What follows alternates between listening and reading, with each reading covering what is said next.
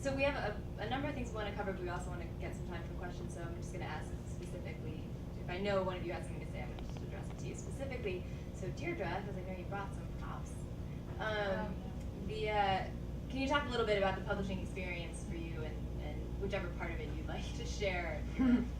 Well, maybe similar to what Brad is saying, you definitely do have a lot of ups and downs, and there were just so many things I had no idea what they were talking about. You know, you just get thrown into this thing where you're like, you're getting published, and then your editor's like, okay, here's the copy material, the jacket copy and the catalog copy, and I'm like Googling catalog copy, like I have no idea what that means, and I don't know what the catalog is, and a catalog is like, the publishing company makes up a catalog and it has all their books in it to try to sell it to the booksellers. So your catalog copy feels kind of important. So there's, that's what it was kind of like, was one thing after the next where I was like, I don't know what's going on.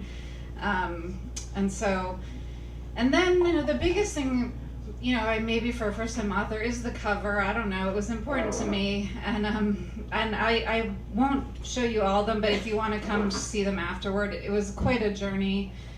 We first came up with this cover, which I really liked a lot, but Barnes & Noble didn't like it, and they have a lot of power. The fiction buyer for Barnes & Noble felt like it wasn't like girly enough. And I don't know if you could tell from my excerpt, my book is not like, a romance novel. It's, a somewhat serious novel about a woman trying to sort of find herself. And they were like, no, we want it to be more chick-litty. So then we came up with this, which I thought was absolutely gorgeous, and they said no again. They said they want something really chick-lit. They were just like, do you get the point, chick-lit? So then they came back, and my publishing house just really, it was terrible. They came back with these hideous things like this, and this, and I'll show you guys if you want to see them afterward, you can. And at that point, I was like having a nervous breakdown. I was just like, I'm so excited I sold my book, but if I see it on the shelf with that cover, I'd be so embarrassed. Like I wouldn't even want it to be published. So finally, my editor and I my editor, who was amazing and wonderful and was like so pissed off about the whole thing, and she and I came up with this, which wasn't like anything spectacular, but at least it wasn't a girl in a dress with her high heels, in a Cosmo, holding a Cosmo, So that's just one example of like all the things you don't know what you're dealing with, and how you suddenly, I'm like, wait, I'm the one that's kind of like trying to come up with the cover idea? Like, how did that happen? Aren't you guys supposed to be doing that? And that's kind of what it's like, similar to what Brad is saying. Like, it's up and down. Don't you think that someone in our department at Random House was like, let's take that thing we didn't use for Deirdre Shaw and like plug it into the Right, that's so funny. I know, it's so funny. But, yeah, I'm jealous of your cover. I like that.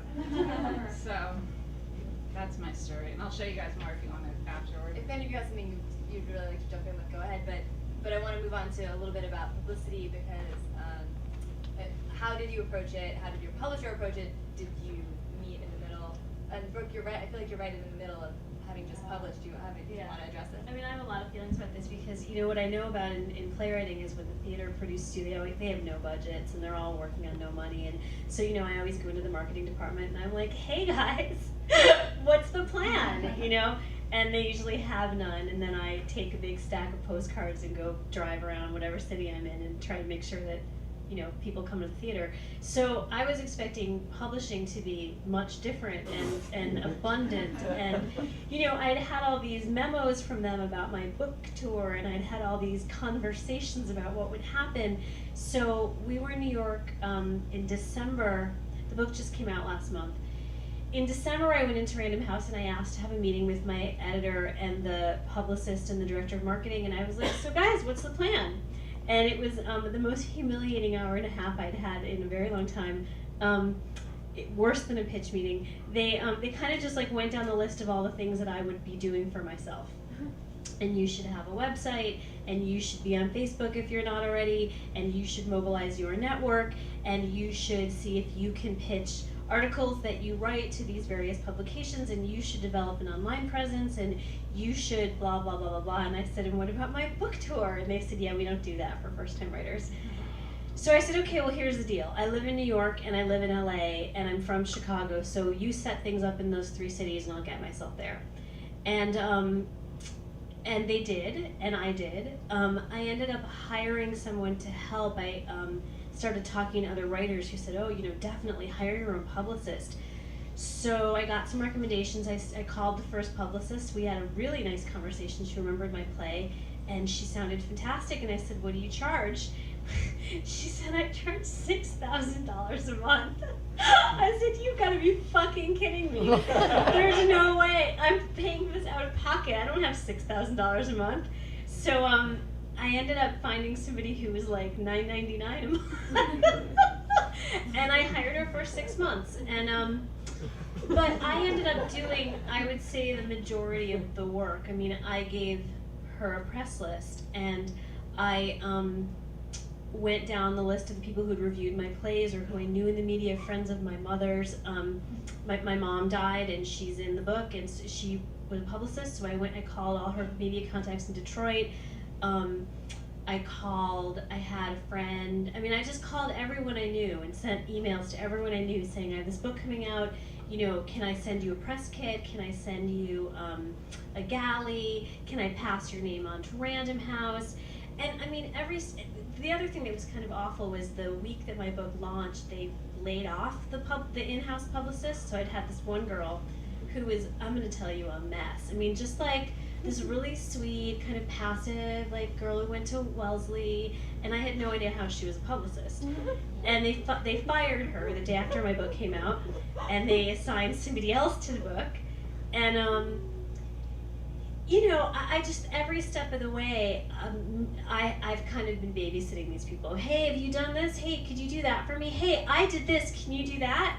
And it's been exhausting, but it's also been really satisfying because all of the media hits we've gotten have been, for the most part, through activities taken either by me or by this woman that I hired.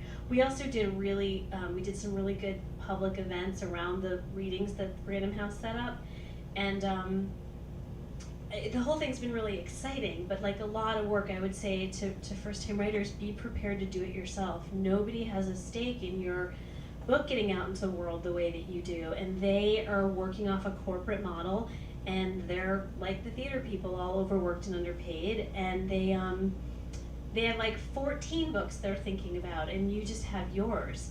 And they will come up with marketing language that feels like it has nothing to do with the book you've written, and you rewrite their marketing language and send it back to them, and you know, kind of get used to being a pain in the ass, because I think it's the only way that the book really gets out into the world, you know.